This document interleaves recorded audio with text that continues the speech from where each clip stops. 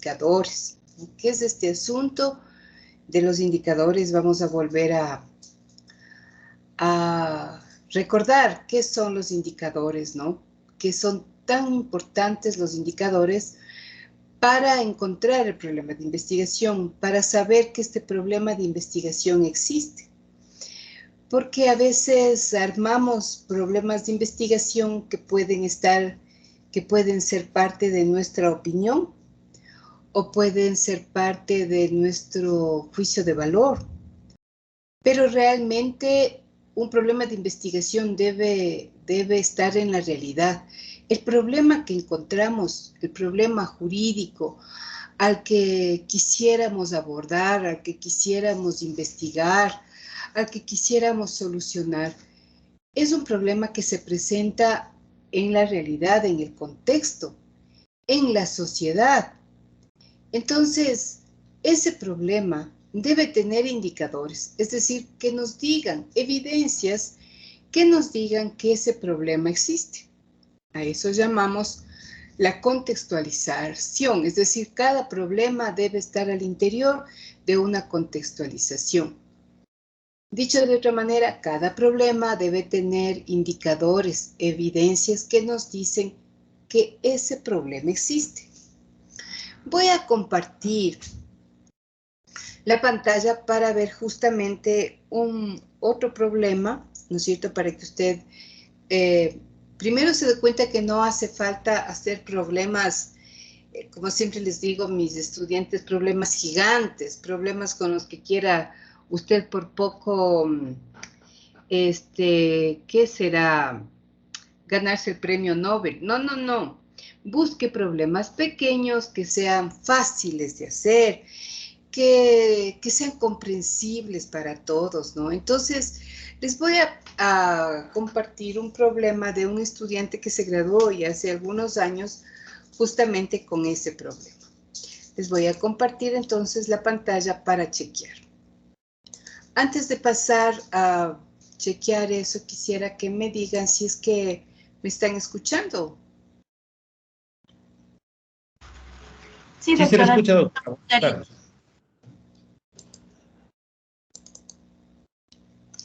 Mire. Sí, doctora. Gracias, compañero. Mire, ¿cuál fue el problema, ¿no?, de este compañero?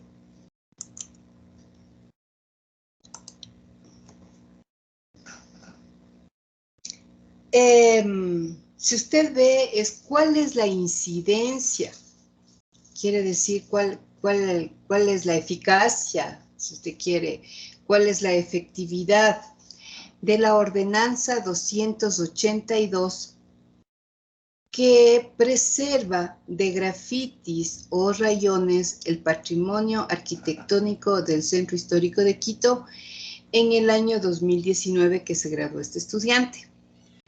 Él se preguntaba, y a lo mejor en algún momento nos preguntamos nosotros, ¿por qué esta ciudad de Quito tan bonita está tan rayada con grafitis? Indudablemente los grafitis es si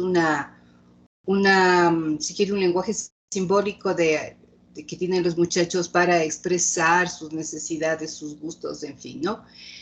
Pero tenemos una ordenanza municipal que prohíbe, que es justamente la ordenanza municipal 282, que prohíbe hacer grafitis, sobre todo en el centro histórico, ¿verdad? Entonces, este estudiante se preguntaba, a ver, si es que hay esta normativa, ¿por qué razones este centro histórico está tan rayado, no? Y se preguntó cuál entonces es la incidencia de la ordenanza 282 que preserva de grafitis o rayones del patrimonio arquitectónico en el centro histórico de Quito. Y entonces necesitaba plantearse algunas evidencias, porque si no me daba evidencias, cosas que estaban pasando, a lo mejor yo hubiera pensado que no había este problema en el centro histórico, ¿no es cierto? Sino que a lo mejor él estaba opinando, él se estaba inventando, él estaba imaginando, ¿verdad? Y entonces me da evidencias que me dicen que efectivamente ese problema existe. Por ejemplo, dice, de acuerdo al diario El Comercio, en su publicación del 6 de diciembre del 2016, se identifica en Quito 10 sectores donde hay mayor incidencia de rayones. Entre ellos se puede considerar Quitumbe, Solanda, Centro Histórico, América, Jipijapa, Kennedy, El Rosario, Ofelia y Carcelén. Veremos si dice algo más. Carapungo. ¿Qué quiere decir? Quiere decir que los grafitis y los rayones están en todo Quito, porque usted ve, está poniendo los barrios quizás más populosos, los más transitados, ¿no es cierto? Los que están llenos de rayones. Esto lo podemos ver todos nosotros, por supuesto. Si usted va a la universidad y va por la avenida Colón, usted encontrará un montón de casas rayadas. Posiblemente en su barrio usted va a encontrar muchos grafitis, ¿verdad? Entonces, ¿qué me está dando este joven? Datos de que efectivamente las casas de la ciudad de Quito están rayadas y que existe una normativa que dice que esto no puede suceder. ¿Qué otro dato nos da? Nos dice que revisando los datos de la Agencia Metropolitana de Control, ojo con esto que hay que ver las fuentes, de dónde va a sacar esta información, estos datos, ¿de dónde va a sacar? Entonces va a sacar de la Agencia Metropolitana de Control, que es un ente oficial que es, digamos que no es como medio de comunicación a lo mejor que puede ser manipulada la información, sino que me está dando datos oficiales, ¿no es cierto?, que dice que durante el mes de abril del 2019 se admitió 3 denuncias y 3 personas fueron capturadas en el barrio San Diego, rayando las fachadas de inmuebles. Además, 25 personas fueron detenidas infraganti, la mayoría menores de edad, y la multa impuesta a estos contraventores fue de $177 y además tuvieron que reparar los daños de la fachada afectada. Uno de los infractores tuvo que remediar de manera inmediata la fachada dañada y 2 infractores, por ser menores de edad, tuvieron que realizar 30 horas de labor comunitaria. Fíjense, es otro dato que me dice que efectivamente se están rayando las paredes del centro histórico. ¿Qué otra cosa nos dice? Que el 8 de marzo del 2018, el Instituto Metropolitano de Patrimonio y Administración Zonal del Centro Histórico dio a conocer que 60 casas del Centro Histórico de Quito resultaron afectadas tras la marcha por el Día Internacional de la Mujer.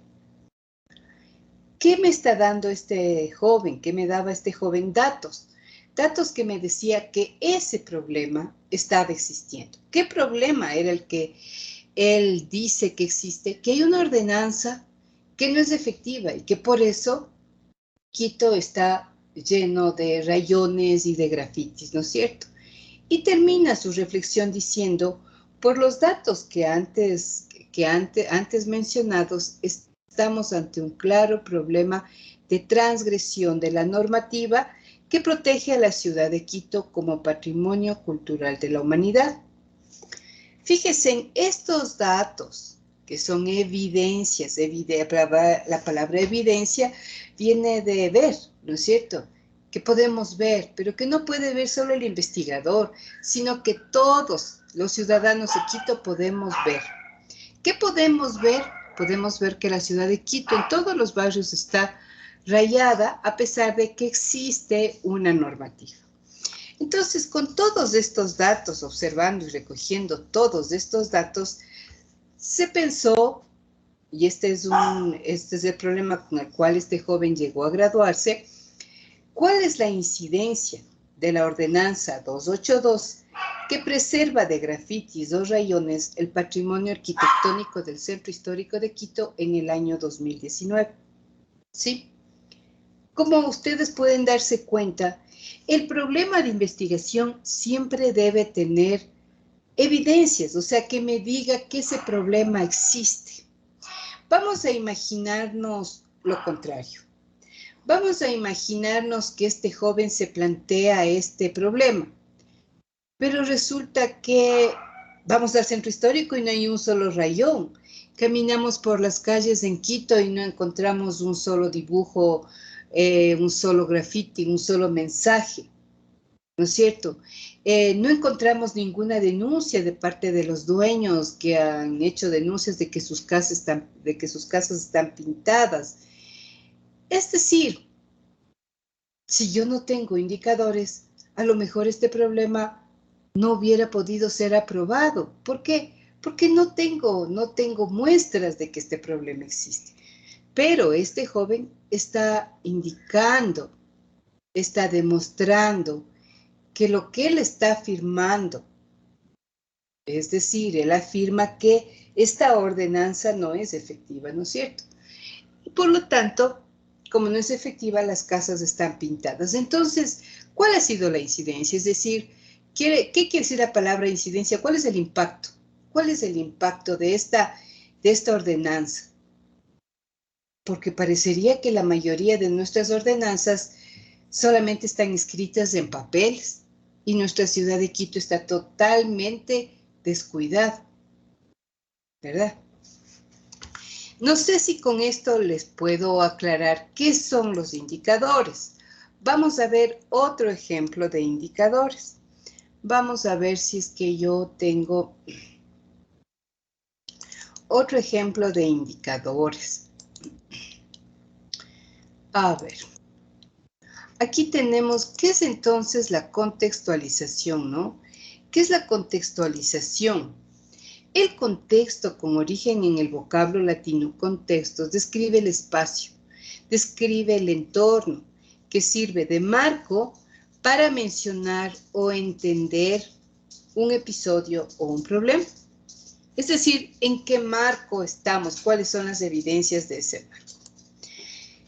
Entonces, hay circunstancias que demuestran que una situación existe. Puede ser la moda, pueden ser las ideas, las leyes, la religión, las creencias, muchas otras expresiones, variables que actúan como coordenadas que permiten explicar el contexto social, es decir, permiten explicar cómo existe, si ustedes quieren, este problema dentro de la sociedad, ¿verdad? Entonces, fíjense, ¿qué son las evidencias? Las evidencias son consideradas como hechos, son considerados como síntomas. Los problemas no surgen al margen de un contexto, son resultado de una serie de circunstancias, realidades que evidenciamos. Son hechos o síntomas. Aquí se ha tomado la palabra que es muy útil para investigación, se ha tomado la palabra síntomas. ¿No es cierto? Cuando usted está enfermo, usted demuestra síntomas, ¿verdad? ¿De qué nos cuidamos nosotros ahora frente al COVID, ¿no es cierto? De que la persona no tenga temperatura alta. En todos los supermercados y tiendas apenas entramos, nos están controlando la temperatura. Ese es un síntoma de esto que podría ser que tenemos o no tenemos COVID. ¿Qué otro? Que usted no tenga tos, que usted no haya tenido problemas o dificultades pulmonares en los últimos días, ¿verdad? ¿Qué otra cosa? Un malestar general del cuerpo. Es decir, estos son síntomas que me van a decir que esta persona está con COVID o no con COVID, ¿verdad? Entonces, hemos utilizado para la investigación esta palabra síntomas para que usted se dé cuenta lo que significa un indicador. Un indicador es un síntoma de que ese problema existe. Si yo digo, a ver, bueno, sobre el asunto carcelario pueden generarse muchísimos problemas. El tema de las cárceles es un tema que va a generar muchos problemas de investigación, ¿no es cierto? Pero si yo dijera, ¿y cuáles son los síntomas para decir que existe ahí un problema? Son muchísimos, ¿no es cierto? Las masacres, la corrupción, las armas, los grupos que quieren manejar la cárcel, el poder de las cárceles, la corrupción incluso de los mismos jueces, miles de cosas, miles de indicadores. Esa enfermedad tiene muchos síntomas, ¿verdad? Esa enfermedad tiene muchos síntomas. No sé si con esto les quedó claro qué es un indicador, qué es el contexto. Entonces, contextualizar significa explicar el entorno del problema utilizando datos económicos, sociales, políticos, jurídicos, ambientales, entre otras evidencias que confirman que el problema existe, que me confirman que el problema existe. Si yo no doy síntomas, si yo no muestro datos, no puedo decir que el problema existe. Entonces, ¿cómo se construye un contexto, no? ¿Cómo se construye ya? ¿Cómo se ordenan los indicadores, si usted quiere? ¿Cómo se ordenan? Se ordenan desde lo general, o sea, podemos tomar datos primero de todo el Ecuador, ¿no es cierto? Podemos bajar al mesoescenario, que son ya datos de la provincia, y al microescenario, que sería al mismo lugar en donde vamos a trabajar, que en este caso sería la ciudad de Quito. Es decir, los datos, las evidencias se van a organizar de lo general a lo particular, de lo grande a lo pequeño, si usted quiere, ¿verdad? Eso es el contexto. El contexto es darme evidencias de que existe ese problema. Explicar que existe ese problema porque tengo datos. No sé si ahora les quedó claro qué es. Cuando yo les digo, usted podrá encontrar evidencias de su problema, es porque si no me da indicadores, si usted no puede escribir sus indicadores, no tiene problema de investigación. A lo mejor usted está opinando, a lo mejor usted está haciendo un juicio de valor. Un problema de investigación siempre tiene síntomas. Es como la salud. Una enfermedad va a tener siempre síntomas. Si no tiene síntomas, a lo mejor esa enfermedad me estoy inventando. No sé si ahora con esto les quedó claro qué es esto del contexto de las evidencias. Sí, doctora. Bueno, yo no sé si hay alguna pregunta, no sé si alguien quiere hacer alguna pregunta sobre esto, ¿no?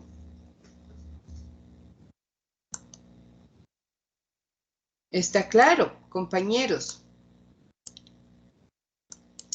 Espero que esté claro porque creo que el próximo deber es ya darme sus datos, el problema con las evidencias.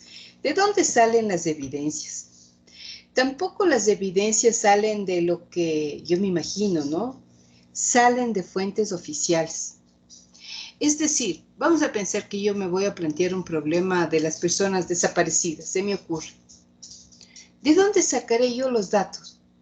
¿De dónde? Supongamos que yo esté haciendo un problema de desaparecidos. ¿Dónde usted me sugiere que encuentre datos?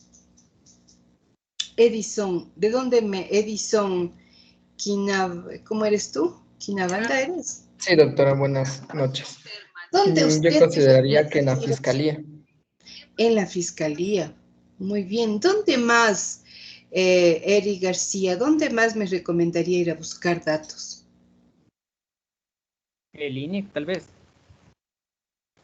¿Será que el INE me va a dar de los desaparecidos? ¿Será? Por lo que manejan datos, tal vez me inclinaría por ahí. Podría ser la DINASER, tal vez. Doctora, Sí. la DINASEP. Exacto, la DINASER, ¿no es cierto? Entonces, fíjense, ¿dónde voy a buscar los datos para mi problema? En las fuentes oficiales, en las fuentes oficiales. A veces nos sirven los datos que nos dan los noticieros, el comercio, el Canal 8, nos sirven, por supuesto nos sirven, siempre y cuando vengan respaldados por fuentes oficiales. ¿Qué quiero decir? Que el Canal 8 dice, se realizó un reportaje que realizó la Policía Nacional. Entonces, ese Canal 8 se está sustentando en los datos de la Policía Nacional, ¿verdad? Entonces, estos datos, por lo general, las evidencias tienen que venir de fuentes oficiales. ¿Qué quiero decir? Fuentes creíbles, fuentes confiables. ¿sí?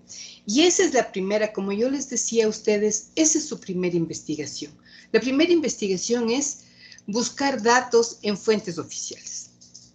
Esa es su primera investigación, para que usted respalde su problema, para que diga, mi problema existe por esto y por lo otro. No sé si ahora les quedó claro. Insisto nuevamente, mis queridos amigos, si usted no tiene datos de su problema, no tiene problema. Si no encuentra datos, no tiene problema. Hay que rehacer el problema. O hay que pensar otro problema, ¿verdad? Bueno, ¿alguna pregunta hasta acá, compañeros? No, señora. Yo tengo una pregunta, doctora. Dígame, Alejandro. ¿Cómo está? Bueno, no sé si usted se acuerda de mi tema, pero mi tema era en base al habeas corpus, sobre las cárceles. Entonces, uno de mis indicadores eran, en este caso, aparte del hacinamiento, un indicador era de los presos sin sentencia. Y yo tengo unos datos del 2019 del SNAI, pero es un indicador general, porque el SNAI es del servicio, o sea, es general. El dato no es de la penitenciaría del litoral como sí, en particular. ¿Me valdría ese indicador siendo oficial del SNAI, pero siendo general de las cárceles, o no me valdría? La cosa es que tienen que ser datos precisos de su problema. Entonces, por ejemplo, es un trabajo muy interesante esto del habeas corpus, ¿no es cierto? Para los presos que están en peligro, así era su problema, ¿verdad? Sí, doctor. Entonces yo digo, por ejemplo, a ver, ¿en dónde están, a qué parte irían los presos a solicitar un habeas corpus? ¿A qué institución? Es a los juzgados, tienes que poner ahí en los juzgados. Me preguntaría yo, porque el dato fundamental sería que los presos estén pidiendo que les hagan su habeas corpus. ¿A dónde? ¿Dónde está? Una Corte Constitucional les va a Porque preguntar. entonces yo dijera, fíjense, hay 200, voy a inventarme un dato, ¿no?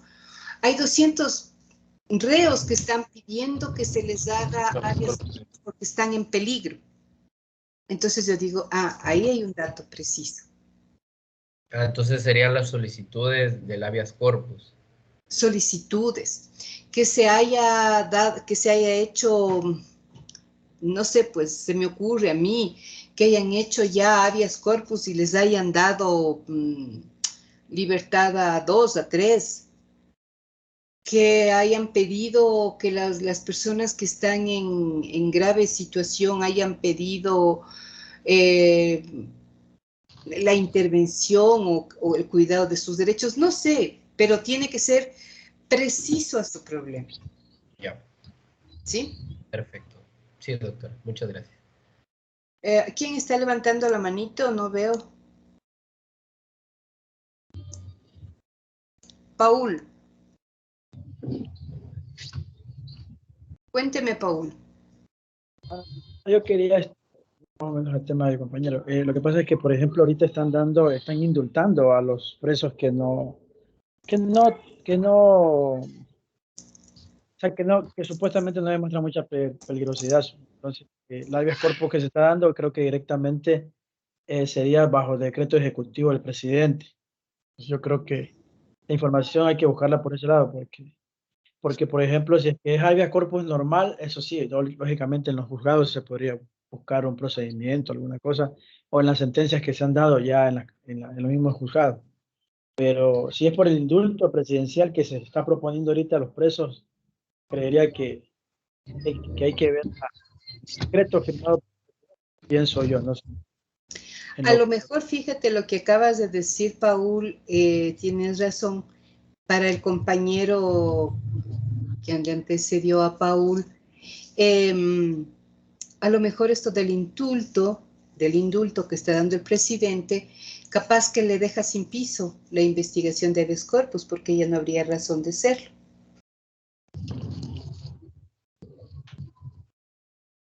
Compañero.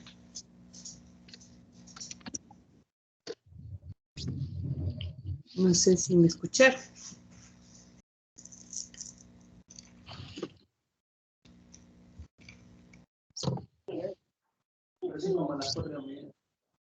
No, no escucho.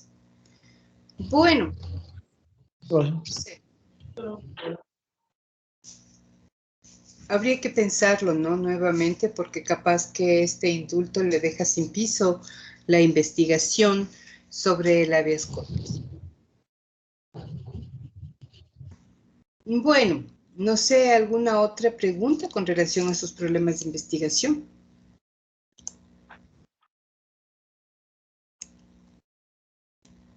¿Ninguna pregunta?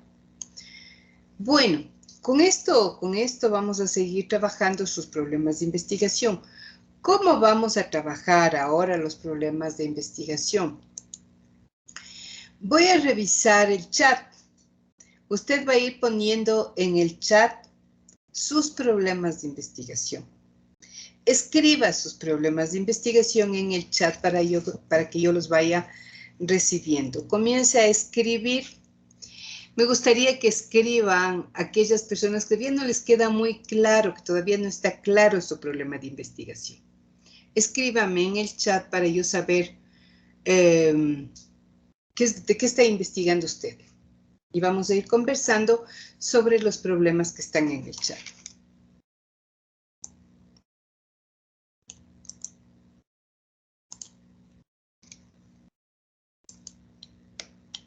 ¿Tenemos? ¿Me están mandando o no me están mandando? Nadie se está animando a mandarme en el chat.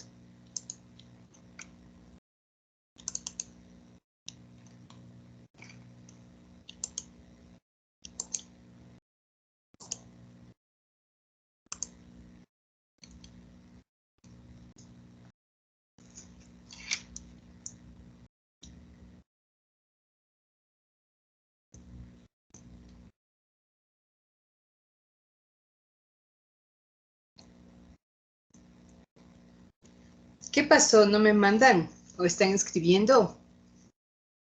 ¿Me contestan si me escucharon lo que hay que hacer o no? Sí, doctora, sí se le escuchó, ya le estamos escribiendo. Gracias.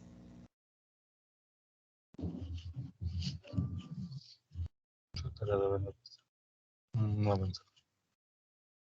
Justo ahí está una distancia.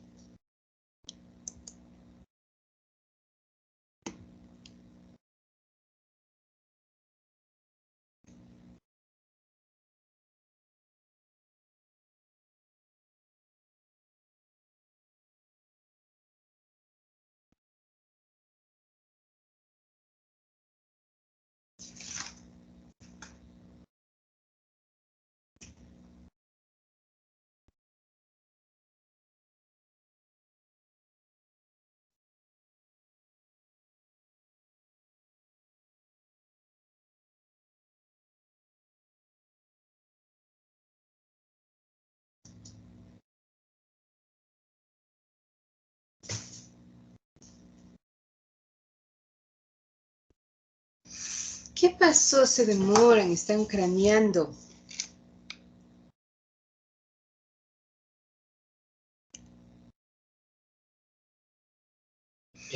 Doc, ¿me permite un momento? Dime. Yo soy del tema del habeas corpus y recuerda que el compañero dijo el tema del indulto que daba el presidente. Para precisar, esa información no es tal, porque el presidente lo que dijo, o sea, lo que dispuso el presidente a la judicatura es que jueces que tengan competencia en otras materias como contra la mujer y la familia, también adopten y tramiten competencias penales, precisamente para las garantías penitenciarias. Entonces, no es como tal que el presidente dé un indulto, más bien le está adoptando de otras competencias a los jueces no penales, en este caso de la familia, de la mujer, para que estos jueces resuelvan estas garantías jurisdiccionales, que en este caso lo resuelven los jueces de primera y segunda instancia. Entonces, precisar esa información, Doug, para que no exista... No está como indulto, entonces. No es un indulto como tal, solamente se les da competencia a 8 jueces más de Guayas y Azuay para que resuelvan estas garantías penitenciarias, como se menciona en la noticia del comercio del 15 de noviembre del 2021. Bueno, una buena aclaración, compañero. Ya, doctora. Gracias.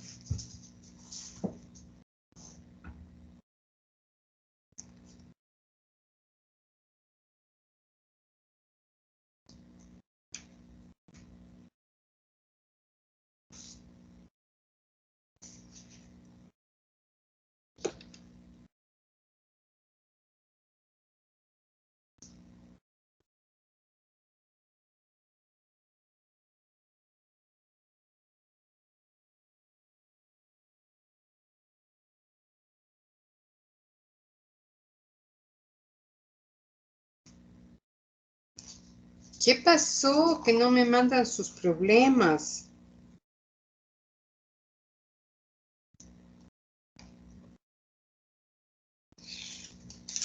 No tenemos problemas, no lo puedo creer.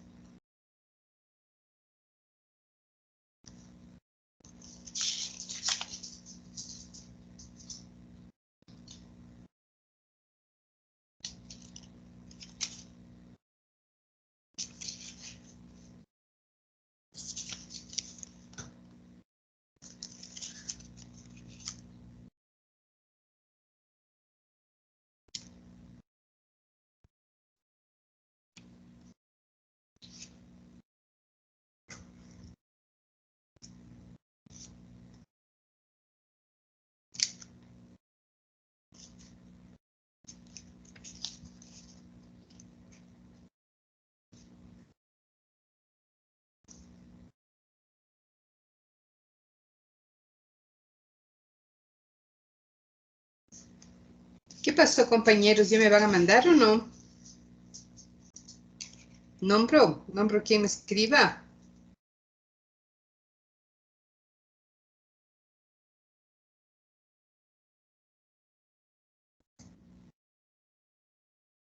¿Nombro quien me escriba?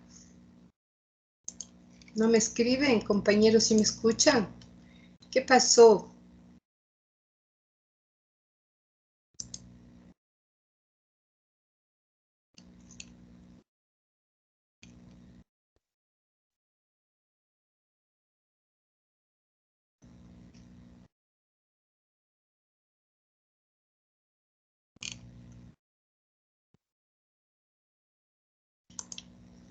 Compañero, a ver, ¿qué pasó que les da miedo poner en el chat su problema? Entonces voy a poner otra vez la hoja en blanco para que me dicten, o prefieren la hoja en blanco para que me dicten. ¿Les escucho? ¿Me escuchan, compañeros? Sí, Doc, sí lo escuchamos. Yo de mi parte todavía me encuentro replanteando el problema ¿se acuerda el día de ayer? Conversamos de lo que era de la cuota de participación estatal.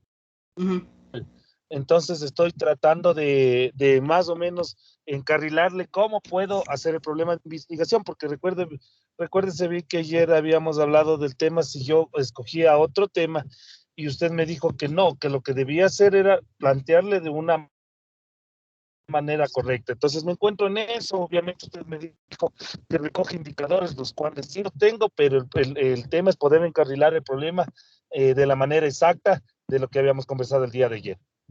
A ver, ¿puedes dictarme tu problema para compartir en un papel en blanco y poder trabajar? Sí, mi doc, ¿me podría dar un momento? A ver.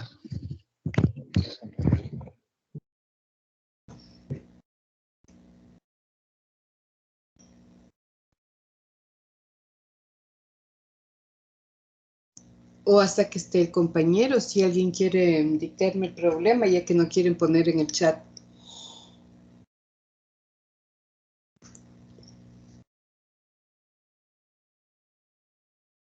Doctora, buenas noches. Yo le puse en el chat, por favor. A ver, vamos a ver en el chat.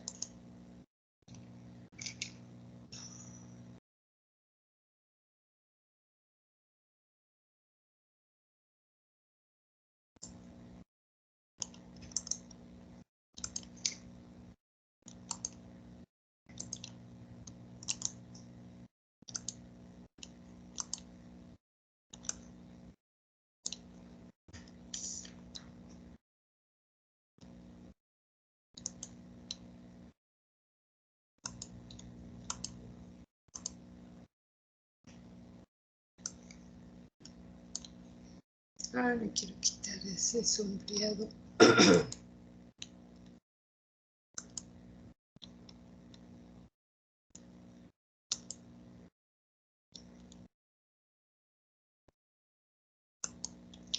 Bueno, está puesta tu pregunta y no sé si le están mirando, no sé si estoy compartiendo, no creo que esté compartiendo. A ver. No está compartiendo. A ver, mi querida amiga, yo le estoy pasando a una hojita para ir chequeando, ¿no? Entonces, fíjate, mi querida amiga, tú estás poniendo, para comenzar, ¿qué es lo que, de qué manera? ¿De qué manera? ¿Cómo sería la manera?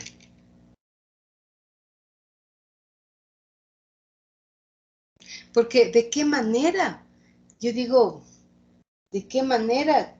¿A qué me refiero? ¿A que hay una forma, otra forma y otra forma?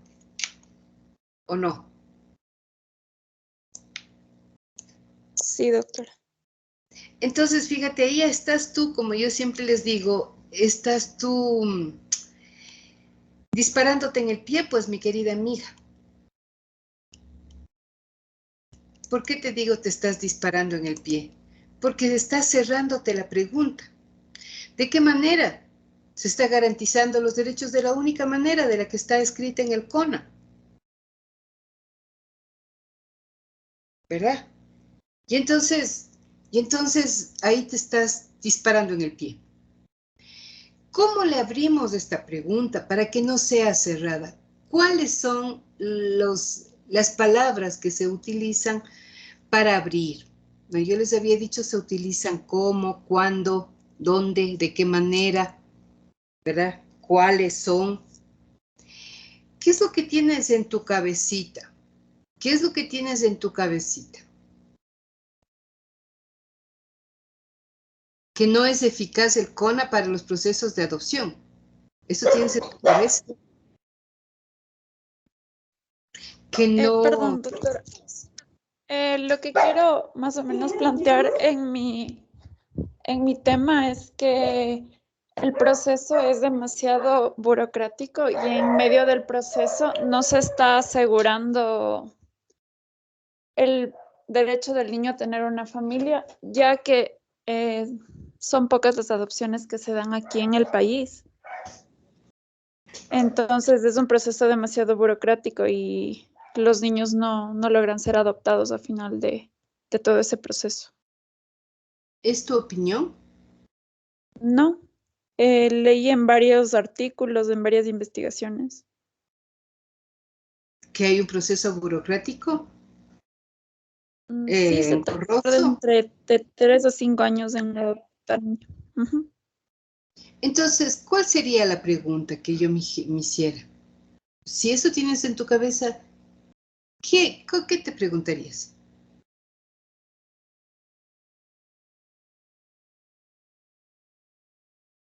¿Qué te Se preguntarías tú está así? haciendo conversando Lucas, el coloquialmente. artículo 22. No, conversando conmigo, así como amigas. ¿Qué te preguntaría? Me preguntarías?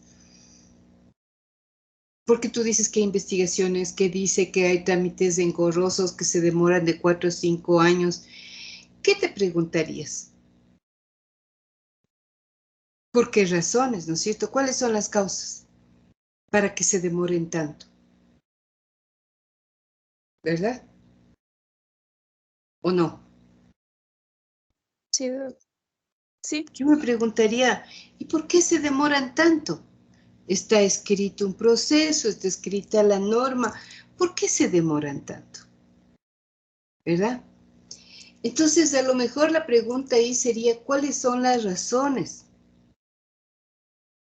¿Cuáles son las... Ahora, ¿qué es lo que dice? La pregunta siguiente sería preguntarte, ¿qué dice el CONA con relación al tiempo que se deben demorar para la adopción? No sé si se establece un tiempo, 1 año, 9 meses, no sé qué tiempo se establece para llegar a buen puerto la adopción.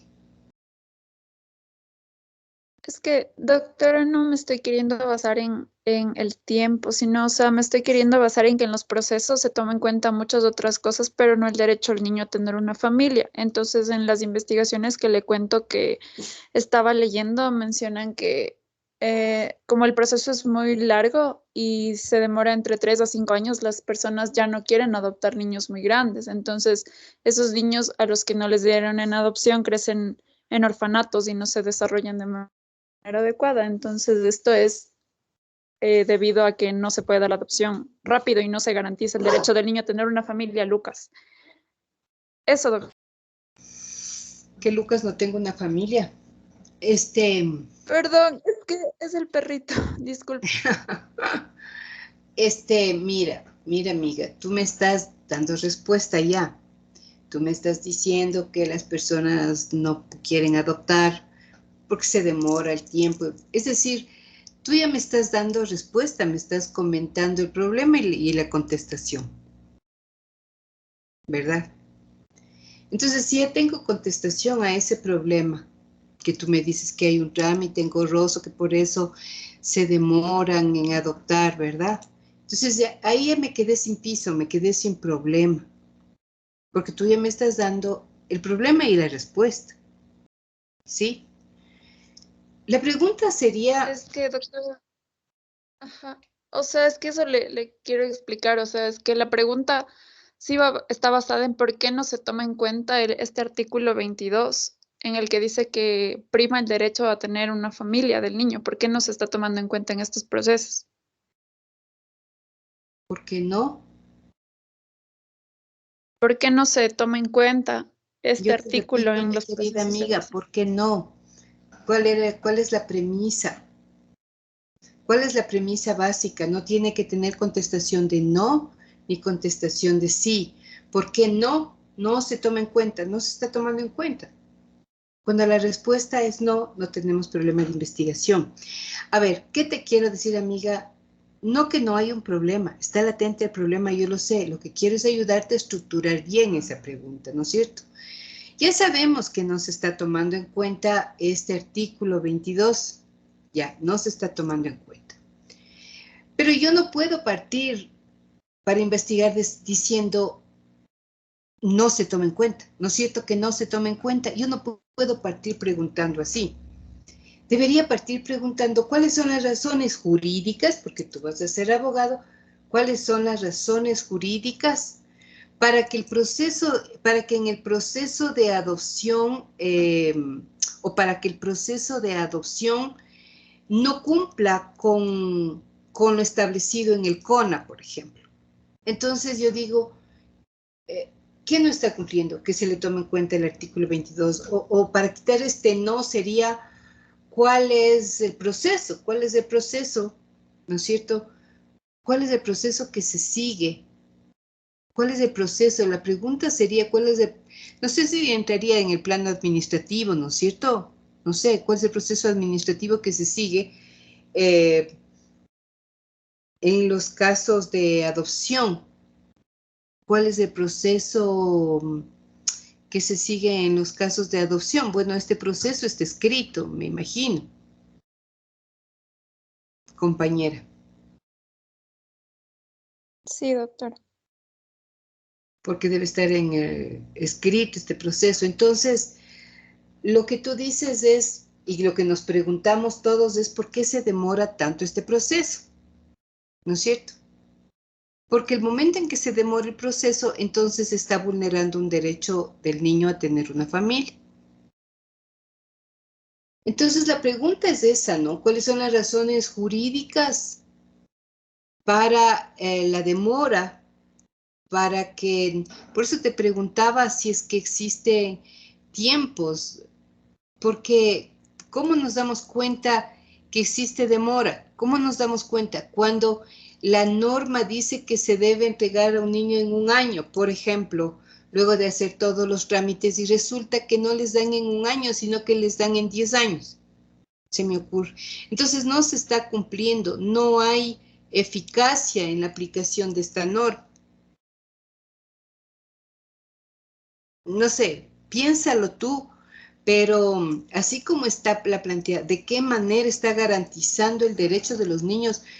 Fíjate, ¿de qué manera se está garantizando el derecho de los niños a tener una familia?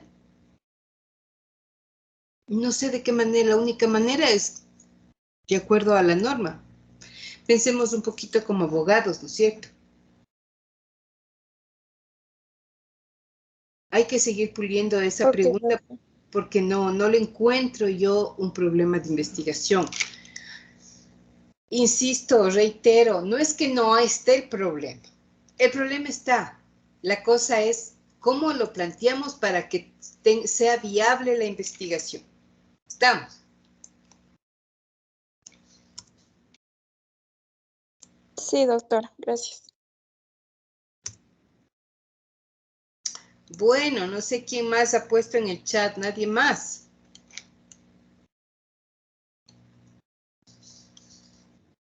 Doc, deme 2 minutitos, ya le estoy redactando en el chat yo.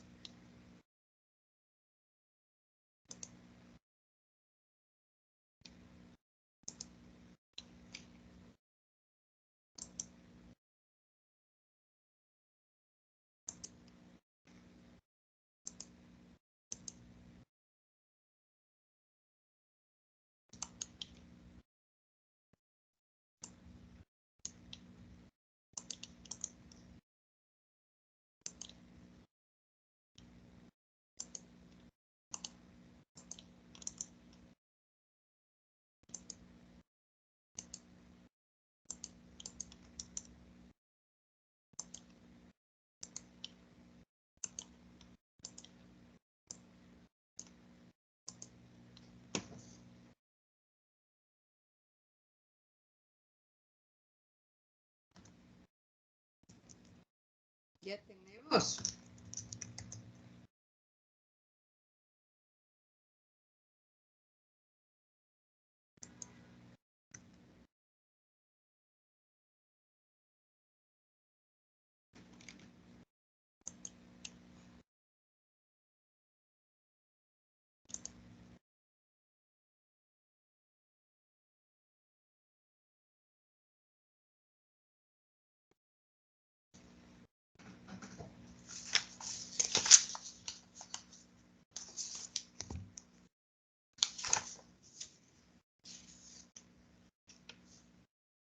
Listo, doctora, ahí está. Ok. Estaba preparando una.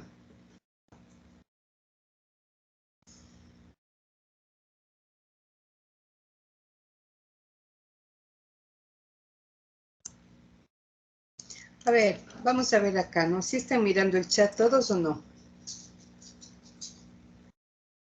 ¿Están mirando el chat, compañeros? Sí, doctora. Ok, dice, ¿cuál es la eficacia? Hasta aquí. ¿Cuál es la eficacia de qué?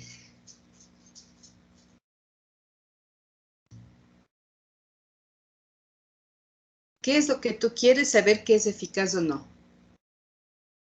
Sí, el Estado ecuatoriano está recolectando No, la no, cuota de participación. no. Es como que yo te dijera, ¿cuál es la eficacia de la aspirina?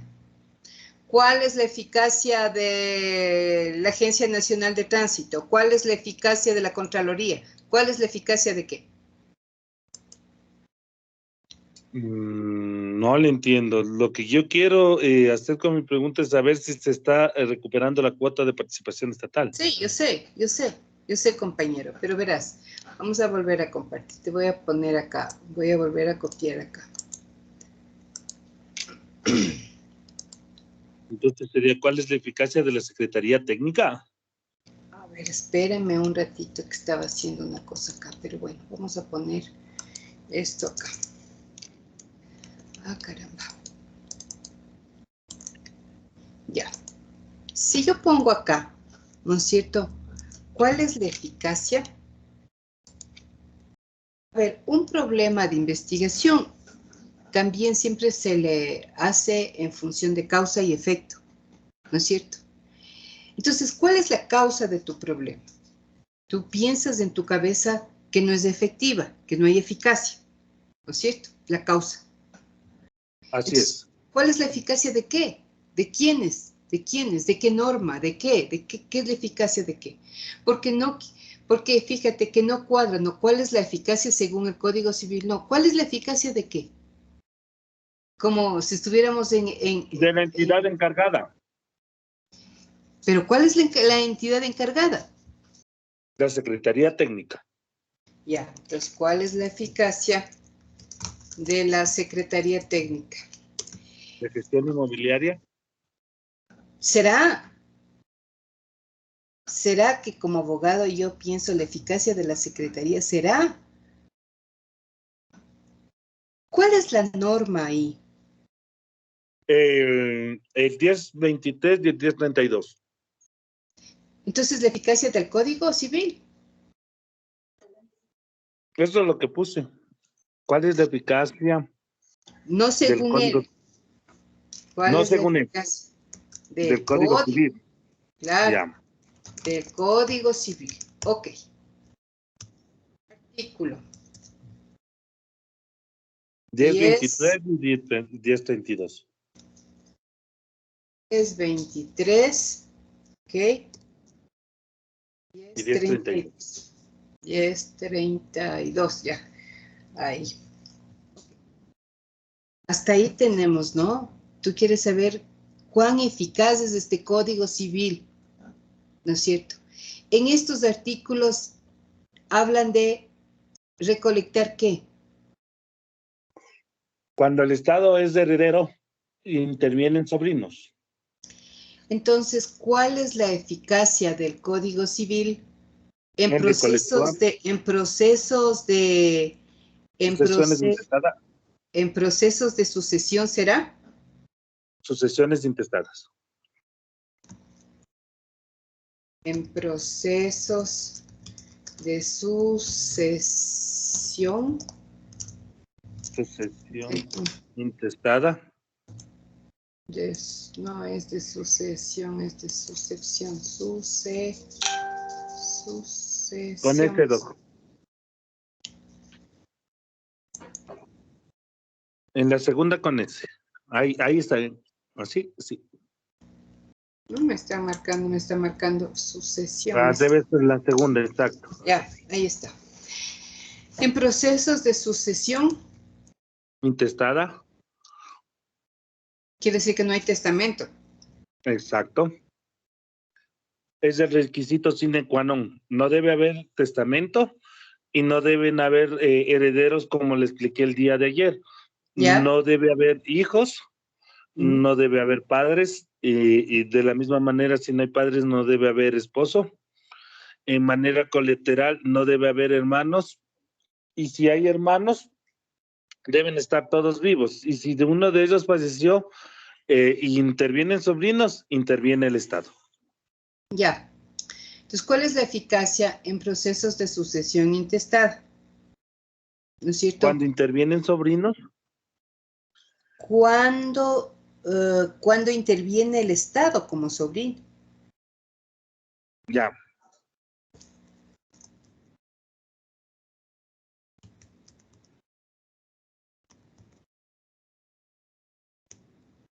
¿Ya? ¿No es cierto? Ya. ¿Cuál es la eficacia del Código Civil en procesos de sucesión intestada cuando interviene el Estado como sobrino? ¿Verdad? Sí, No hace falta poner más. Exacto. Ahora, ¿en dónde vas a investigar? ¿En todo el Ecuador, en la ciudad de Quito? ¿En dónde? En la ¿De ciudad dónde de saco? Quito. ¿A quién voy a ¿de dónde? investigar? ¿A quién voy a Vamos investigar? a ver, esa es la cuestión que hablábamos los dos el día de ayer. Puedo investigar a la Secretaría Técnica, que es la encargada. No, a ver. Cuando yo digo a quiénes, son cabezas visibles. ¿Qué quiero decir con esto? Yo no digo a quién voy a investigar, a la Universidad Central, pero ¿a quién voy a investigar? ¿A los profesores, a los conserjes, al rector, a quiénes? ¿Quiénes serían las personas que tengan la potestad, si tú quieres, la capacidad, la pericia de hablar, la destreza de hablar sobre esto? ¿Quiénes? Funcionarios de la Secretaría Técnica, pericia. Y de los que intervienen serían directamente los herederos, pero ellos no tienen pericia, obviamente. ¿Quiénes estarían, no? ¿A quiénes pregunto como sobrino? Ok, mire, estoy pensando, ¿cuál es la eficacia del código en procesos de como sobrino? Ya, sí, como sobrino yo investigaría directamente a funcionarios de la Secretaría Técnica porque ellos son los encargados de realizar estos procesos. Entonces acá,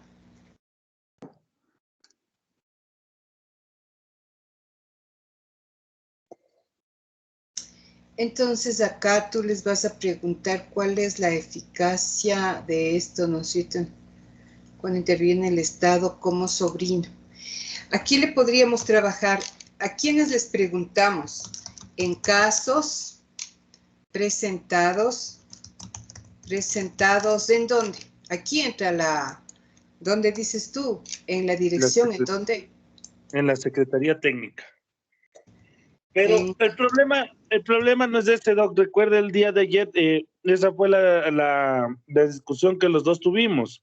La Secretaría Técnica en realidad está empleando en el tema cuando existen peticiones directas por parte de las personas que son herederos. El problema es cuando no existen peticiones directas y yo necesitaba que el registro de los registros de la propiedad o el registro de la propiedad informe a Inmobiliar cuando existen inscripciones donde intervienen sobrinos. Entonces, no va a ser directamente a la Secretaría Técnica, sino debería ser al registro de la propiedad como quedamos el día de ayer. ¿Cuál es la eficacia en procesos de sucesión cuando interviene el Estado como sobrino? En casos inscritos en el registro de la propiedad. Ya, ahí, en casos registrados. ¿Sí? O inscritos, como tú quieras poner. Registrados o inscritos para que no esté repetitivo, ¿no es cierto? Ajá. El registro de la propiedad de la ciudad de Quito. Ajá. En el año...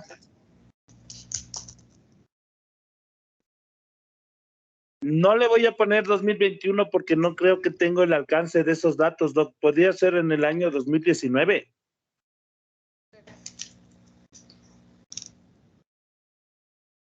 Ya. Entonces, ahí, ¿cuál es la eficacia del código en procesos de sucesión intestada cuando interviene como sobrino? en los casos inscritos, en los casos inscritos en el registrador de la propiedad en la ciudad de Quito en el año 2019. Entonces, ¿a quiénes tú vas a preguntar? Vas a preguntar en estos casos. A ver, vamos a poner la P, vamos a ir abriendo. ¿Cuál es tu problema? ¿Cuál es tu pregunta?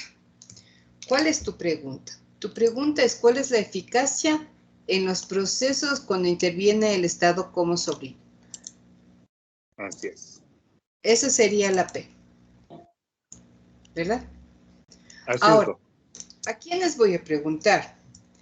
Llámese herederos, llámese personas que han estado al frente de estos casos. Vas a trabajar con los casos inscritos en el registro de la propiedad. Es decir, tú vas a pensar después en la metodología. De pronto es más interesante trabajar con los herederos. De pronto es interesante trabajar con los abogados de los herederos. Los abogados que están defendiendo la causa o los que están demandando, qué sé yo, ¿verdad? Pero tú vas a trabajar con estas personas que están manejando estos casos o que están involucrados en estos casos. Así es. Ok, entonces aquí tenemos en donde ya sabemos que es en el registrador de la propiedad de Quito. ¿Sabe, Doc? También sería muy interesante poder trabajar con los herederos de las personas que desconocen que deben hacer el proceso. Entonces, aquí, por ejemplo, nosotros estábamos hablando del perjuicio que el Estado tiene y que en algún momento el Estado va a tener que cobrar esas cuotas porque nosotros ya tenemos conocimiento. Entonces, directamente podría hablar con las personas que en ningún momento hicieron el proceso en la entidad encargada. Pero ahí te vas a poner, como yo te decía ayer, a ver, pongámonos un ratito en los zapatos de esas personas que hace 10 años recibieron una casa, ¿no es cierto? Ajá.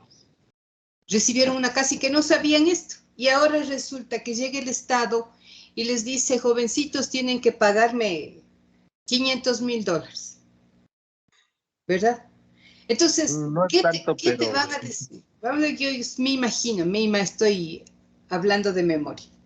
Y entonces, esa persona va a decir, pero ¿cómo? Usted me está vulnerando un derecho que es el derecho a la información. Yo tengo derecho a estar informada. exacto, pero ahí estábamos hablando también del tema de que el desconocimiento de la ley no exime a culpa alguna. Claro, pero ellos debieron haber hecho el proceso. ¿Quiénes deberían conocer? Los abogados que estaban ahí, no los herederos. No, sí, Doc, porque en ese momento los abogados obviamente no intervienen más que en una posesión efectiva, ¿no? Claro. Y ahí el que debía haberles informado era el registro de la propiedad. Exacto, por eso vamos a ir al registro de la propiedad. Exacto.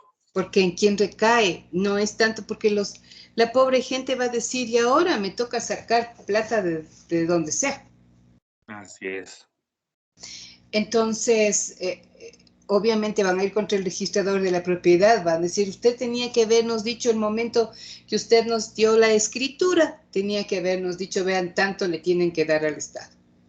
Es que la posesión efectiva no es un título de propiedad. No, pues, pero eso te digo. Es una escritura pública. Claro, pero ellos solo son posesionarios, no son directamente propietarios, solo son posesionarios. ¿Quiénes? Las personas que son herederos. Ellos, al momento que hacen una posesión efectiva, se vuelven posesionarios, más no titulares. Entonces, ellos están haciendo uso y goce del bien inmueble,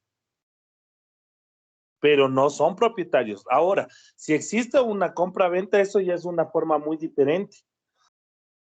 A ver, por favor, ayúdame a entender. A ver, yo supongamos que recibo de un tío X que se murió una casa que no, yo soy sobrina. Exacto. Y me dan la casa a mí. Yo hago mi posesión efectiva y tomo posesión de ese bien. con ese bien, con esa posición efectiva, yo hago todo el trámite y voy al registrador de la propiedad. Y digo, mire, mi tío me acaba de dejar esto y necesito registrar como mío ese bien, porque tengo que pagar impuestos. Ahí el Además, registro le detiene. Cuando usted va a hacer una escritura pública, ahí el registro le detiene y le manda a inmobiliaria. eso es lo que, entonces, si es que ese es el trámite, ¿por qué hay sobrinos que no han pagado? Pues Ya, porque ellos se quedaron como posesionarios y más nunca hicieron el tema de la tradición, el tema de la adquisición del bien inmueble. entonces no está en el problema en el registrador de la propiedad, pues. En el caso que escriben las posesiones efectivas, sí, ahí tienen que enviarnos la alerta a nosotros para poder cobrar. Cuando escriben una posesión efectiva, más no bien cuando celebran una escritura pública. Ya, pero el rato en que me quedo de posesionario yo 100 años de mi casa, nunca pago, nunca hago nada. Y perjudico al Estado.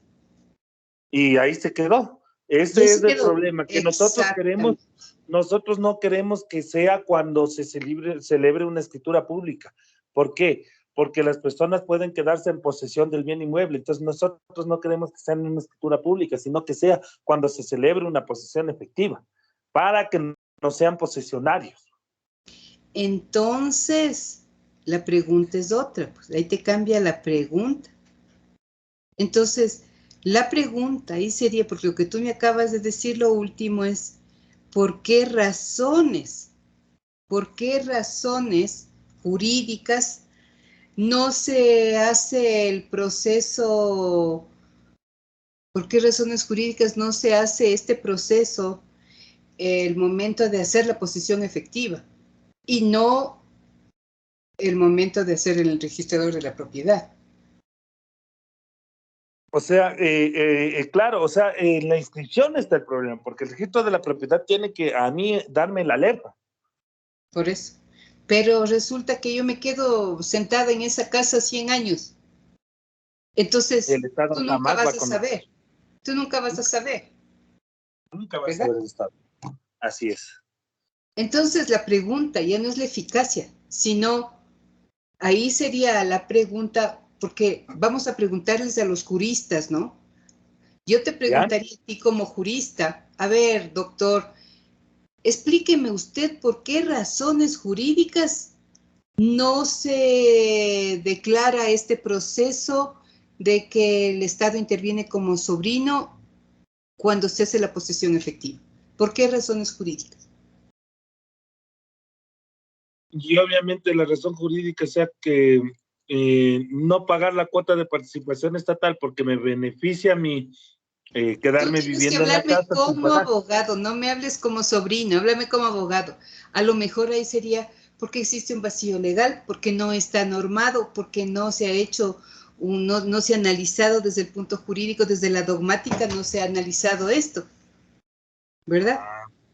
Así es, doctor. Y entonces ahí cambia incluso el enfoque de a quienes tú vas a preguntar. Tú ahí trabajarías con juristas especialistas en el tema, ¿verdad? Así entonces ahí cambiaría, si te das cuenta que ya dio un giro la pregunta, porque ya no es cuál es la eficacia, sino cuáles son las razones jurídicas para que no se registre, no se denuncie, no sé cómo tú lo vas a decir, ¿no es cierto? Los casos de sucesión intestada cuando interviene el Estado como sobrino. ¿Por qué? Porque ya cuando llega el registrador de la propiedad, las personas pueden quedarse usufructuando del bien en posesión y no pasa nada. Así es. Sí, no sé si le te ayude. Entiendo. Entonces, perfecto, doctor. Sí, le entendí muy bien. O sea, se cambió radicalmente hasta con quiénes voy a investigar y se cambió la pregunta también. Por supuesto. Porque ya no es una pregunta de procedimiento, sino es una pregunta de evasión del proceso. Y la pregunta es preguntarles a los expertos, a ver, ¿por qué razones jurídicas ustedes, que son los juristas expertos, están permitiendo que la cantidad de gente se quede solo en posición de ese bien. ¿Verdad? Así es. Bueno, vuélvale a pensar, es muy interesante su tema, así como está, porque ya tenemos a quién vamos a investigar, que pueden ser los mismos, pueden ser los expertos, qué sé yo, de la Secretaría Técnica que tú dices, de inmobiliar, de registrador de la propiedad, es decir, los técnicos en esto deben darnos una respuesta. Así es, Doc.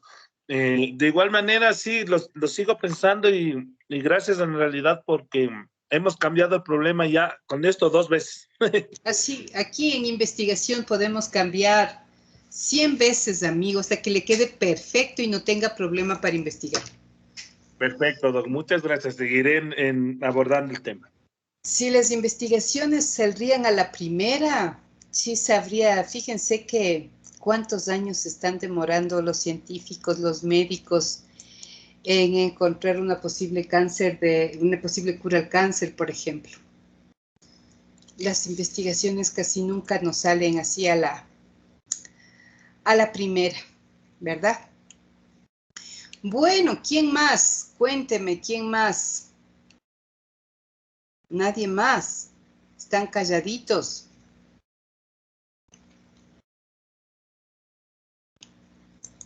Nadie más quiere contarme nada.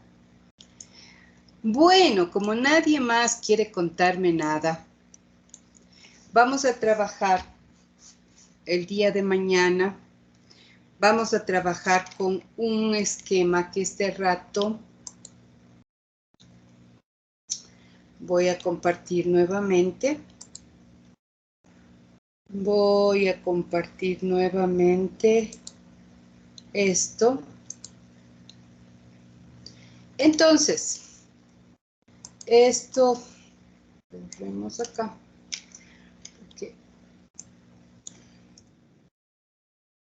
Mañana el compañero presidente está, compañero presi.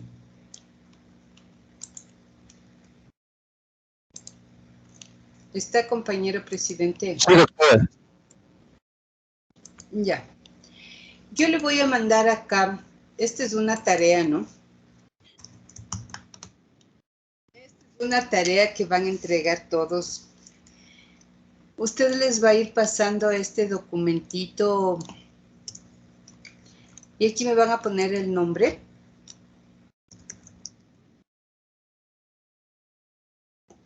Y aquí van a poner el problema. ¿Verdad? Mañana en la clase debe estar lleno con los nombres y el problema. En mis clases no puede quedar nadie sin problema. Si usted quiere aprobar esta materia de desarrollo de investigación, todos deben seguir el desarrollo y todos deben hacer un proceso de investigación. No importa si es que usted se va a graduar con complexivo. Aquí, en este curso, va a pasar el curso con su proceso de investigación. Entonces, el primer paso, ¿por qué les estoy pidiendo esto? Porque hay personas que están calladitas y no me presentan el problema. Entonces, yo necesito saber en qué están pensando, en qué andarivel andan, qué andan haciendo. Por eso necesito que acá ponga su nombre y su problema. Le voy a mandar esto a usted, compañero, este documento, para que tenga la fineza. No sé si a usted le mandan el problema, a usted les manda vía WhatsApp para que vayan llenando, porque se puede mandar vía WhatsApp y cada uno va poniendo el nombre y va llenando su problema, ¿no es verdad? Sí, doctor. Entonces, al finalizar la tarde, todos deben estar con su problema escrito aquí. Esta es una tarea del 10 de diciembre del 21 para todos. Para todos mis queridos amigos. Yo ya pongo este cuadrito, ya le envío por WhatsApp al compañero para que vayan ustedes, cada uno de ustedes llenando su nombre y su problema. Es posible que unas personas tengan ya avanzado su problema, que algunos de ellos les dije, este problema está bien. Es posible que otros estén en construcción. No importa, lo que yo necesito es saber en ese listado qué están pensando para incluso en base a ese listado ir trabajando en la clase, ir orientándoles. Lo que acabamos de hacer, por ejemplo, con el compañero, ¿cómo era el nombre? Compañero de la sucesión. ¿Cómo es tu nombre, compañero? Si me ayudas. Edwin Moñado. Sí, lo que acabamos de hacer con el compañero Edwin, ¿no es cierto? Es ir conversando, ir puliendo. Mientras más conversemos, mientras más tratemos de poner las ideas en blanco y negro, tratemos de organizar, más rápido se puede hacer. ¿Por qué? Porque a lo mejor Edwin ya con esta orientación puede ya incluso encontrar indicadores de su problema. Ya podría encontrar su problema. Entonces yo necesito que ya vayan todos armando. ¿Por qué? Porque ya la siguiente semana,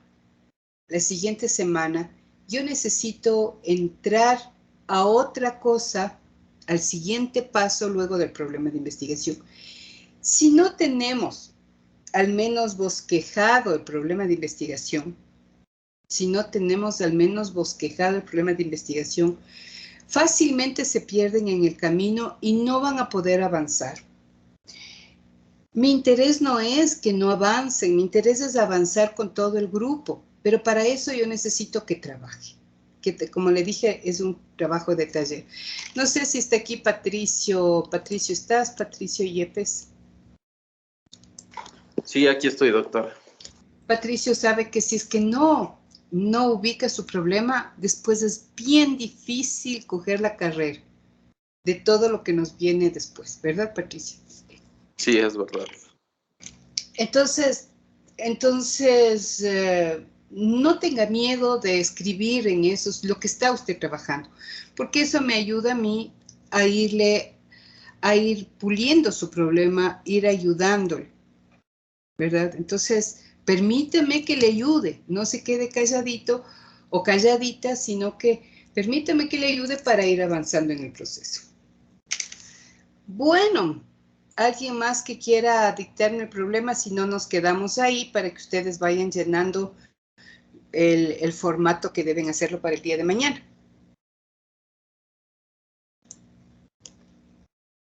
No sé si es que alguien quiere compartir o no.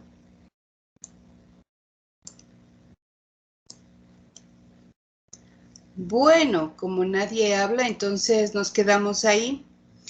Yo le paso, compañero Pres. ¿Perdón? Compañero Presi, le mando ese esquemita para que comience a pasarle a través del WhatsApp a los compañeros para que vayan llenando hasta el día de mañana. ¿Le parece? Está bien, doctor.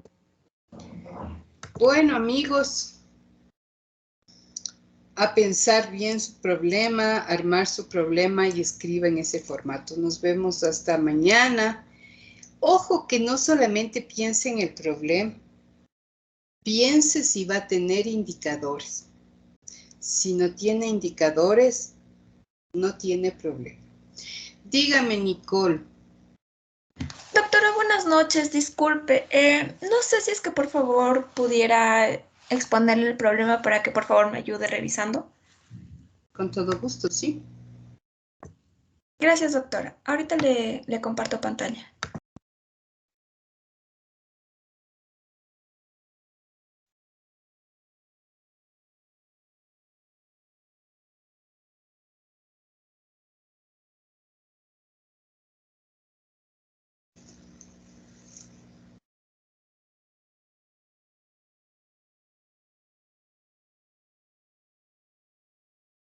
Doctora, disculpe, no sé si en estos momentos se está compartiendo. Sí. Listo, doctora. Justo el problema que está subrayado es mi problema, que sería el siguiente. ¿Qué comprende y qué tipo de responsabilidad establecida dentro de la Ley Orgánica del Sistema Nacional de Contratación Pública, artículo 80, puede recaer en los servidores públicos que trabajan en el Instituto Ecuatoriano de Seguridad Social en las distintas fases de los procesos de contratación pública en Quito en el año 2020? ¿Qué quiere investigar? Listo. Lo que sucede es que si bien dentro de la Ley Orgánica del Sistema Nacional de Contratación Pública nos establece que existen responsabilidad civil, administrativa y penal, no nos establece en qué fases en específico. No nos dice en qué fases la persona que va o que está haciendo el contrato puede recaer en este tipo de responsabilidad. Entonces, prácticamente lo que quisiera investigar o lo que quisiera analizar es en qué fases se puede caer en este tipo de delitos, digamos, si es en lo penal, que puede ser concusión, cohecho, enriquecimiento ilícito, son 4 delitos en específico, en lo que es responsabilidad penal. Estos no están establecidos dentro de la ley exactamente, entonces prácticamente eso es lo que quisiera investigar, doctora. Sigo sin saber qué quiere investigar. No comprendo. Explíqueme mejor, porque fíjese, a ver, vamos a pensar, tú estás hablando de seguridad social. Pensemos en un hospital, pensemos Carlos Andrade Marín. ¿Ya? Supongamos que yo sea médico, o que sea, no médico, que sea encargado de la farmacia, no sé. Y me dan a mí la posibilidad de comprar medicamentos, ¿verdad? Pero los medicamentos, a ver, te voy a poner otro ejemplo, algo que me pasó a mí, porque yo digo, no sé cómo lo pueden hacer. Bueno, yo hace poco terminé una investigación en Pedro Moncayo con fondos de la Universidad Central, que incluso el artículo está ya publicado. Entonces, yo necesitaba comprar esferográficos, no me acuerdo qué más necesitaba comprar, marcadores, necesitaba comprar, contratar un transporte, bueno, comprar cosas, chalecos para los estudiantes y profesores que fuimos a la investigación. Pero yo no compré pues con plata, no me dio la facultad plata contante y sonante. Yo tuve que hacer a través de compras públicas y a través de la universidad, ¿verdad? Entonces yo creo que el proceso, no sé si para los hospitales también será así, pero supongamos que un médico quiere comprar, no sé, pues medicamentos, instrumentos, no sé, no lo compra de su bolsillo, sino que compra a través de las compras públicas. Por eso hay el sistema de compras públicas, o yo estoy equivocada. Nicole. Sí, doctora, en efecto. Entonces, ¿en qué fase yo puedo, o en qué fase yo podía decir que los esferos que yo compré, en vez de costar $1, costaban 10? ¿En qué fase? No puede. Listo, doctora. Lo que sucede aquí básicamente es que puede existir una inobservancia a la normativa legal, porque si bien la recepción del contrato, digamos, puede ser en 120 días para tener los esferos, hay muchas personas que aquí es donde ingresa la corrupción, que no lo tienen en 120 días, sino que se pueden aplazar un día más, que pueden ser los 121 días. Entonces, en estos 121 días, aquí es lo que ingresa este tipo de responsabilidad, que puede ser penal, civil o administrativo, en este día que existe de diferencia. Entonces, prácticamente hacia eso voy. En el Código Orgánico Integral Penal no nos establece exactamente las fases o no nos establece en qué momento exacto se puede tener este tipo de pena. Si nosotros revisamos el COIP, nos dice solo que existen los delitos de cohecho, concusión, enriquecimiento ilícito, pero no nos dice exactamente cuándo se va a ejercer este tipo de delito. Entonces, prácticamente hacia allá sería la Okay. investigación, doctora. Vamos al revés. ¿A quién preguntaría eso yo? ¿A quién preguntaría lo que tú estás preguntándote? ¿A quién preguntarías? Vamos al revés. ¿A quién investigaría eso?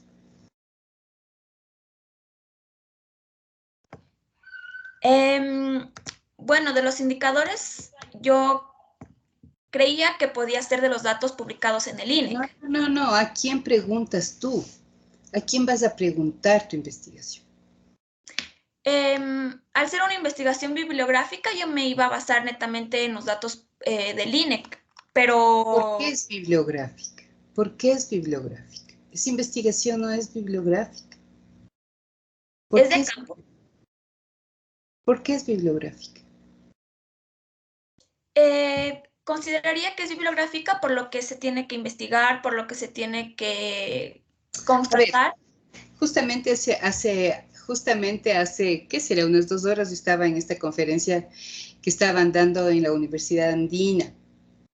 En esta conferencia de la Universidad Andina hablaban justamente de cómo, ¿no es cierto?, cómo las leyes tienen que ser, el idioma que se maneja en el sistema jurídico debe ser entendido por todos, comprendido por todos. No es una ciencia que no es, como te digo, no es privativo, porque yo oigo muchos estudios que dicen es que son investigaciones dogmáticas y son investigaciones documentales. O sea, no es una, como te digo, una parcela del conocimiento lo jurídico. Más bien lo jurídico tiene que ser entendido por todo el mundo, por todos los actores que intervenimos en la sociedad, ¿verdad? Entonces tú dices, muy bien, voy a hacer una investigación documental. ¿De qué? Porque yo digo, voy a hacer una investigación documental. Se me ocurre, voy a hacer una investigación de derecho comparado. Voy a comparar la Constitución, el artículo tal de la Constitución del Ecuador con la Constitución de Bolivia, con la Constitución de Perú. Entonces yo estoy cogiendo 3 documentos y estoy comparándoles, ¿verdad? Entonces una investigación documental. Voy a hacer una investigación documental de todos los registros, no sé, recién hizo una investigación muy interesante el compañero Andrés Segovia sobre todo un proceso de la asamblea, ¿no? Sobre los procesos, ¿cómo se llaman? De las, ¿cómo es esto? Bueno, de las asambleas, esa es una investigación documental. Pero en este caso yo no encuentro dónde está tu investigación documental. ¿Qué documentos tú vas a trabajar? Doctora, en este caso pudiera tener las sentencias que se han emitido respecto a los actos de corrupción. Pues esto pudiera ser uno de los indicadores para yo poder... ¿Qué va a hacer? ¿Pero qué va a hacer con esas sentencias? ¿Qué va a investigar en esas sentencias? ¿Qué va a investigar? Ya, tienes 10 sentencias. ¿Qué vas a ver en esas sentencias? Ya, en estas sentencias prácticamente vería qué tipo penal sería el que sea, en el cual incurrieron y en qué momento, en qué fase lo ocurrieron. Porque no es lo mismo cometer un delito, considero, justamente eso no está dentro de la ley, al inicio que a la mitad o al final. Entonces prácticamente serían este tipo de fases y qué tipo de delitos se pudieran incurrir las personas que trabajan dentro de los servidores públicos. Te voy a decir una tontería. ¿La corrupción es menos al principio o al final? La corrupción es corrupción, doctora. Exacto. Exacto. La corrupción es corrupción. No sé si alguien quiere opinar de los abogados para ayudar a la compañera.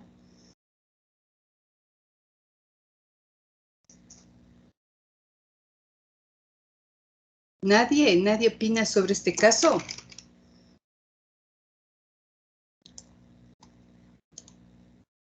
Compañeros, ¿nadie opina?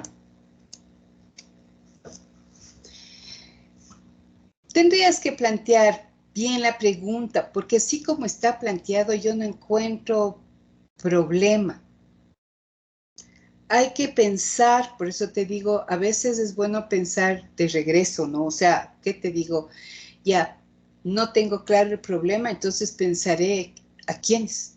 ¿A quiénes? ¿Y qué les voy a preguntar a ese quiénes? Ese quiénes son a veces, no pueden ser, son personas, no pueden ser documentos, a menos de que yo trabaje con sentencias, ¿no? Recién había unas sentencias que analizó una chica de la Corte Nacional que era acerca de cuáles fueron los criterios de los jueces de la Corte Nacional para emitir esas sentencias. Entonces, eso es otra cosa, porque estamos hablando las razones jurídicas de esos jueces para emitir esas sentencias. Eso es investigación.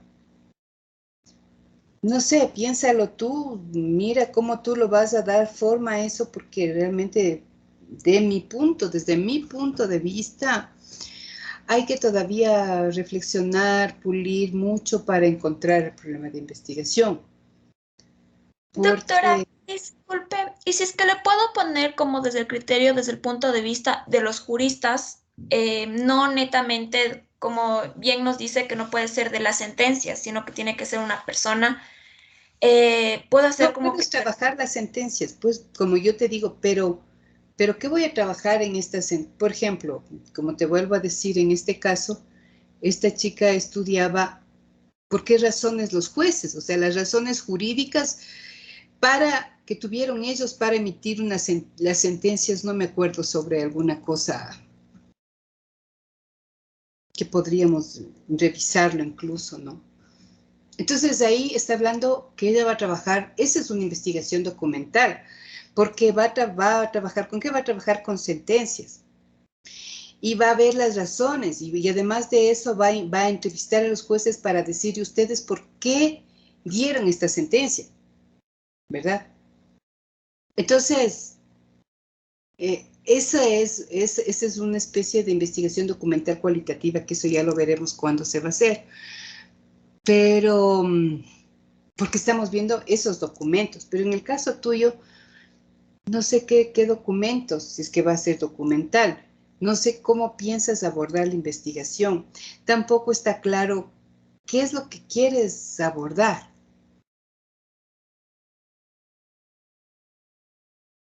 Como te vuelvo a decir, mi querida amiga, que justamente acabo, debe estar clarito para todos, no para ti, no para mí, no para 3, 4 abogados más, debe estar claro para todo el mundo. ¿Qué es lo que tú vas a investigar? ¿Qué es lo que tú quieres obtener? ¿Por qué? Porque la tesis o el documento que tú escribas es un documento público que todo el mundo puede leerlo.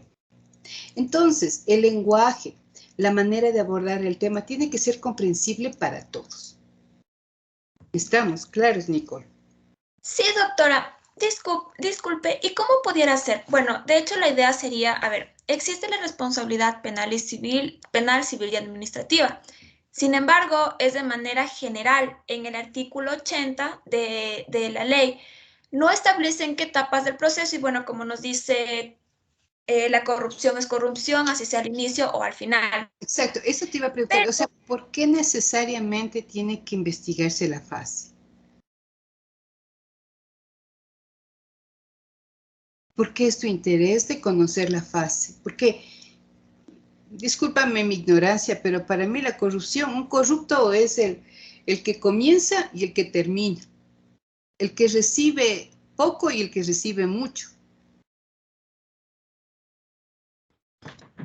sí, doctora. Lo que sucede es que justamente a lo que quiero llegar es que quiero sacar los ítems de cuando los servidores públicos pueden caer en este tipo de corrupción.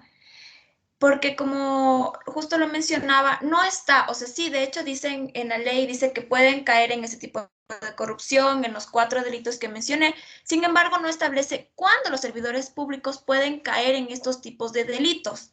O sea, prácticamente la investigación se basaría en eso, en saber cuándo pudieran caer en este tipo de corrupción.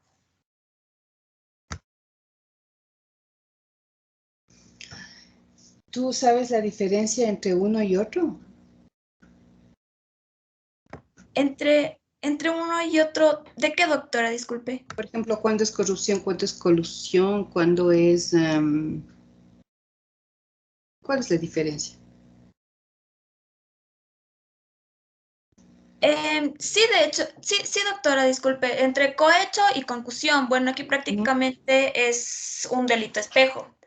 El cohecho se puede decir que es prácticamente cuando el servidor público recibe dinero de una persona tercera, y la concusión prácticamente es cuando la tercera persona pide ese beneficio. Ya. Entonces, escúchame un ratito. Con lo que tú me acabas de decir, ¿no es cierto? Esto se llama la configuración del delito, o lo que ustedes llaman los verbos rectores que configuran el delito. ¿Verdad? ¿Está escrito o no está escrito? Por eso tú me estás caracterizando, porque tenemos los verbos rectores, las características de ese delito están escritas. ¿Sí o no? Entonces, no nos vamos a inventar, mi querida amiga, el agua tibia, porque está escrita la característica. Ese delito está caracterizado, está puesto en verbos rectores.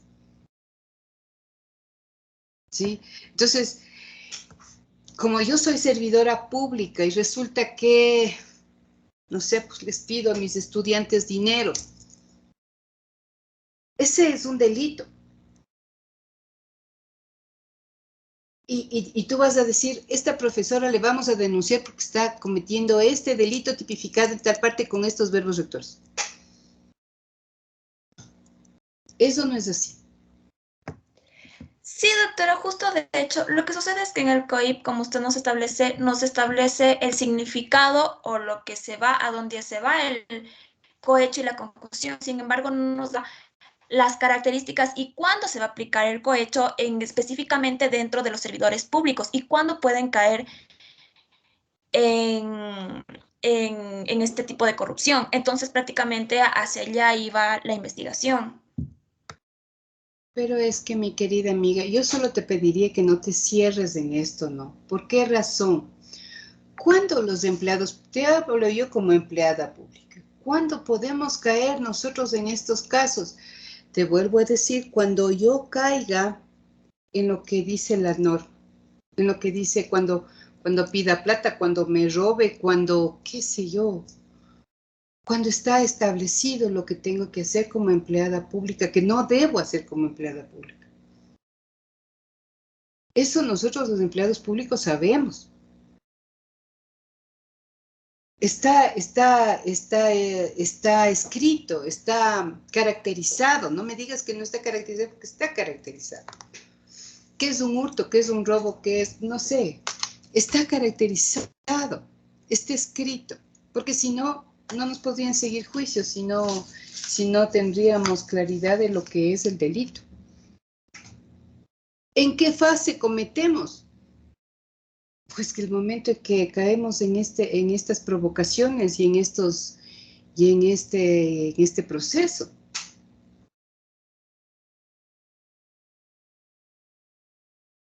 No sé qué quieres investigar, porque yo no encuentro el problema de investigación porque está escrito. O sea, una de las cosas que yo les comenzaba diciendo siempre en las primeras clases, la investigación no es escribir más de lo mismo, porque la justicia es una ciencia práctica, lo jurídico es algo práctico, y lo jurídico está orientado a solucionar problemas sociales, ¿no es cierto? Entonces, o a buscar nuevas salidas, nuevas cosas, pero en esa ciencia práctica no es quizás, ¿qué te digo? Hilar fino sobre más de lo mismo. No sé si eso te aclara un poco.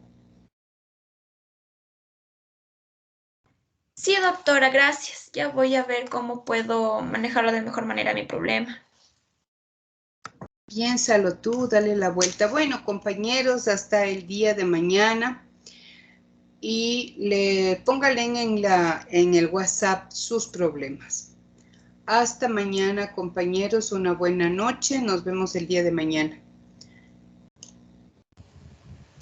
Hasta mañana, doc. Hasta mañana, doctora.